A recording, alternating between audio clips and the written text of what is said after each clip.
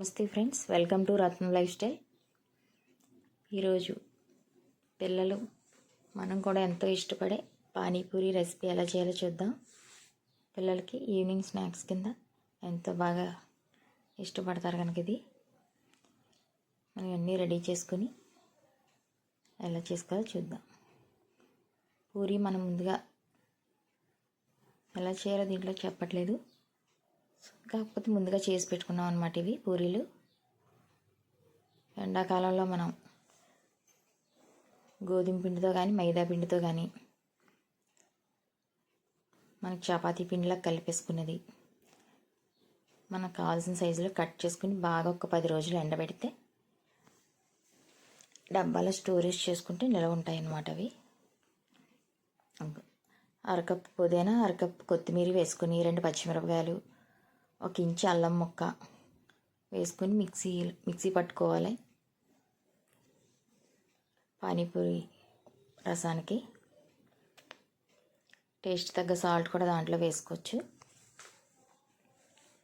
వేసుకుని మిక్సీ పట్టుకుని దాంట్లో కొంచెం వాటర్ వేసుకుని నెట్తో వడకట్టుకోవాలి. నిమ్మకాయ సైజంత చింతపండుతో కొంచెం రసాన్ని కూడా తీసి పక్కన పెట్టుకోవాలి. మనకి దీంట్లో వేసుకుని అది ఇది కలిపి వడగడితే రెండు బాగుంటుందన్నమాట. వాటర్ ఇంది కనుక అది చింతపండు రసం, అది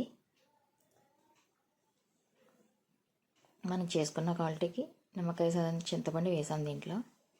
మొత్తం 2 కలిపి ఇదిగో పానీపూరి రసం. దీంట్లో ఒక చెక్క నిమ్మరసాన్ని కూడా పిండుకోవాలి. ఒక చెక్క నిమ్మరసం, 2 స్పూన్లు పంచదార కూడా వేసుకోవాలి స్వీట్నెస్ కోసం. వేసుకుని ఒకసారి కలిపేసుకుని పక్కన పెట్టుకుని పానీపూరి రసాన్ని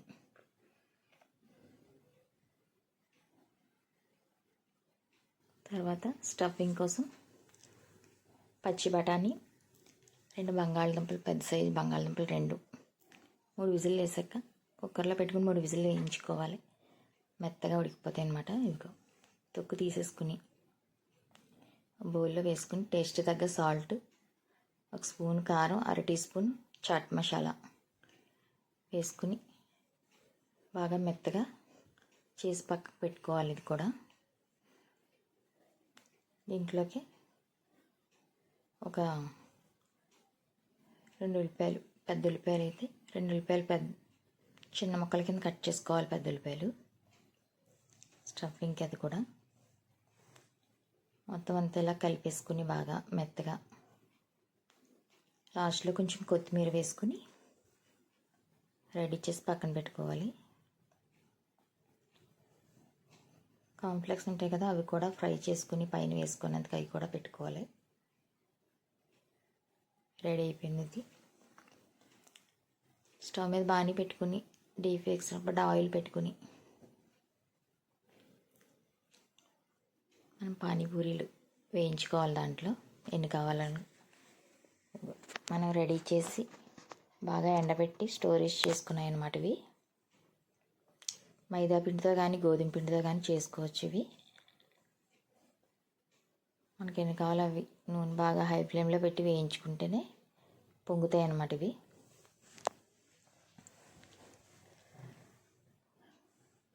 మటుకు హై ఫ్లేమ్లో పెట్టుకుని వేయించుకోవాలి. పానీపూరీలన్నీ ఎలా పొంగుతున్నాయి చూస్తారా. మనం ఎలా రెడీ చేసి పెట్టుకుంటే ఎప్పుడు కావాలితే అవన్నీ రెడీ చేసుకుని సింపుల్గా వేయించేసుకున్నట్టుగా అవుతుంది పూరీలు. మనకి ఒక 5-6 నెలలు నిలవ ఉంటాయి అలా చేసి పెట్టుకుంటే, ఏం పాడవి. బాగా ఎండబెట్టేసి ఒక 10 రోజులు పెట్టుకున్నామంటే ఏం పాడవకుండా బాగుంటాయి. మొత్తం అన్నీ ఎలా వేయించేసుకుని పక్కన పెట్టుకుని దీంట్లోనే కొన్ని కార్న్ఫ్లవర్ కూడా వేయించుకుని పక్కన పెట్టుకోవాలి.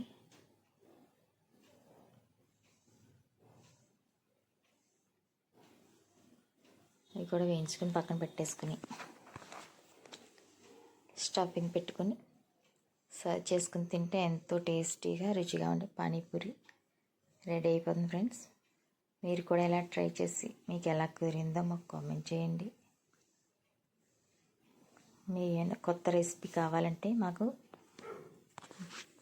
నాకు మెసేజ్ చేయండి ఫ్రెండ్స్, మాకు కామెంట్ చేయండి. కొత్త రెసిపీ ఏమన్నా కావాలంటే కామెంట్ చేసి మీరు అడిగింది మేము చేసి మన ఛానల్లో పెడతాం. టమాటా కచప్ కూడా రెడీ చేసుకున్నాం. ఉల్లిపాయలు చిన్న ముక్కలు, మనం ముందుగా ప్రిపేర్ చేసుకున్న రసం, వేయించుకున్న పానీపూరి, స్టఫింగ్ తయారు చేసుకున్నది, కాన్ఫ్లెక్స్ కూడా ఫ్రై చేసుకున్నాం కదా. పూరీని ఎలా చేసుకుని ఉల్లిపాయలు పెట్టాలి. ఫస్ట్ కూర, తర్వాత ఉల్లిపాయలు, తర్వాత కాన్ఫ్లెక్స్ ఫ్రై చేసుకున్నాం అవి కూడా పెట్టుకొని అప్పుడు వాటర్ని పోసుకోవాలి. ఎంతో టేస్టీగా రుచిగా ఉండే పానీపూరి రెడీ. సర్వ్ చేసుకుంటే అదిరిపోతుంది ఫ్రెండ్స్.